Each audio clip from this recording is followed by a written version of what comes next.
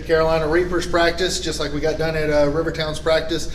Here with Dagin Bailey, he's my partner in War Wrestling Promotions, and we've been going around kind of talking about how, with these different places where they're finding places to give kids the opportunities to wrestle. With the schools shutting down and all this being taken away, it's been a really big headache and a really big difficulty. And you guys did this obviously coming out to the Y. Tell me something about how that process went and procuring a place. Because kind of like everybody knows, this COVID stuff's got shut down for the most part. So we used to practice out of the high school. We're out of there. Doesn't look like we're going back anytime soon.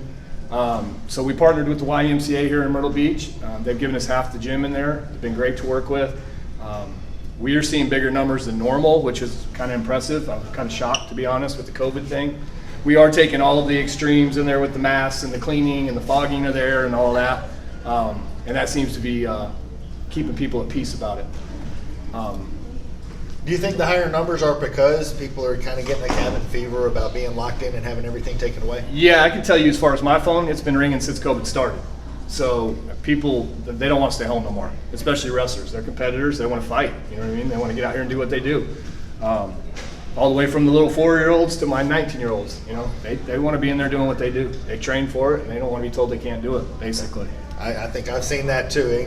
Amen on that. My phone has rang off the hook. It's been, we've been busier than we've ever been just trying to do things. Speak to some of the difficulties of finding a facility where you could do it. You seem to have kind of lucked into this. Did you run into any dead ends? I'm super lucky because I have a super team. Mick Mussolinis and Lindsay DeFrancis are awesome. Mick found this place, literally got me in front of the guy, and I closed the deal. So kudos to Coach Mick. He did most of the work. Same thing with trying to build that Skyway season that we helped with this year. It's just crazy trying to find venues that are willing to take the chance. I was lucky enough because of Coach Mick again. We found our partnership with the Hilton chain. They're kind of like us. They're fighters, man. They want to get back in at it. And everywhere I went, as well as you went and met the lady in Greenville for me, listen, they were shaking my hand and saying, "Yeah, get in here. We want action. We're not stay-at-home type of people." So. We leave it up. It's your choice. You want to come in our gym and train, you can. If you don't want to, because the COVID thing, that's fine. It's your choice. I believe in giving a choice, though. So that's kind of where we stand. 100%. I think that's leadership, is finding opportunity to give those choices and those opportunities safely, rather than taking opportunities away from people that want it. I think true leadership is providing opportunities. I think it's always, for lack of a better words, the coward's way out when you take away opportunities because other people are scared. Yeah, absolutely. And no judgment against some of the people that are still scared about the COVID. I have elderly parents. I just lost my mom.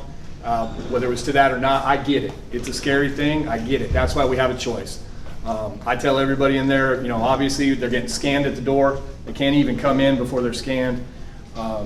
So, we're taking the precautions, and, we're telling some of our older grandparents and stuff, it's probably a good idea to stay at home unless you're 100% comfortable with it, that type of thing. So, and that's, 100% kind of echoes some of the other interviews we've had, the 2 other interviews, sitting down with Coach D and then sitting down with the Rivertown folks. We kind of talked about that. I lost my father-in-law during this. It's not, it's certainly not minimizing any of it, but it's providing opportunities in a safe manner for those. The work that went into making sure that it was safe to provide those opportunities was huge. Absolutely. And we absolutely do not want to force anybody into anything they feel uncomfortable with. We talked about that. We also talked, you touched on it and did a perfect segue, talking about Mick, Lindsay, and you, and just how hard it was for us to put together this Skyway schedule and find venues that were suitable, that we could afford, that were willing to work with us. And how it was a shifting, changing thing where we thought we had some venues locked in, and then they kind of hedged and backed up. Yeah, it was a super difficult process, just because, the schools were completely taken off the board. Convention centers are too expensive for us for the most part, the bigger convention centers. So, we got put into a place where we're having to go to these more smaller convention areas. We're going to have to work with it. We're going to probably have to run split sessions, I'm assuming, keep the numbers down. But again, I just can't thank my partners enough. The Y has been incredible to work with. The YMCA is actually scanning everybody before they come through the door, and then we are also scanning them again before they get in the room. So we're double digiting them, if you will. And I can tell you this, man. I think anybody that's a parent and that's been stuck with their kids at home can see the difference now that they're getting back out with their friends. 100%. They're doing what they want to do. They're competing, whatever it may be, soccer, volleyball, whatever it may be. They're getting back out into society, and I think it's huge. I've seen a lot of these kids have been coaching this for 20 years, almost a depressed type of state. When they're stuck at home and they're not getting to do all this stuff, especially some of the older boys. Some of our older boys, they've been training at this for 15, 18 years, to do this. So I think, in my personal opinion, what I see in that room, more fun, more energetic. The kids are happier. They're just blessed to be able to get back at it. Yeah, and I see that sentiment across the country at the things we're going to. There's a gratitude for opening things back up, and I think, and I hope that groundswell keeps moving through everything, and we do come to our senses, open things back up. We're proving the people that are going out and getting these places, and we talked about this at the Rivertown thing and at my other interview with Coach D. We talked about how once it's proven that can be done safely, other people should get on board and do it. It's about providing these opportunities for these kids. I think people are desperate to get back to a life. Yep, I agree. And I would say to anybody that's having a difficult time finding these places, go bang on the mom and pops. Go talk to your local YMCAs, your local sports centers and stuff like that. That's how we were able to build the Skyway season, is we just kept not taking no for an answer, basically. Yeah, like I said earlier, I think he was ready to hit me in the head with the bat during some of this.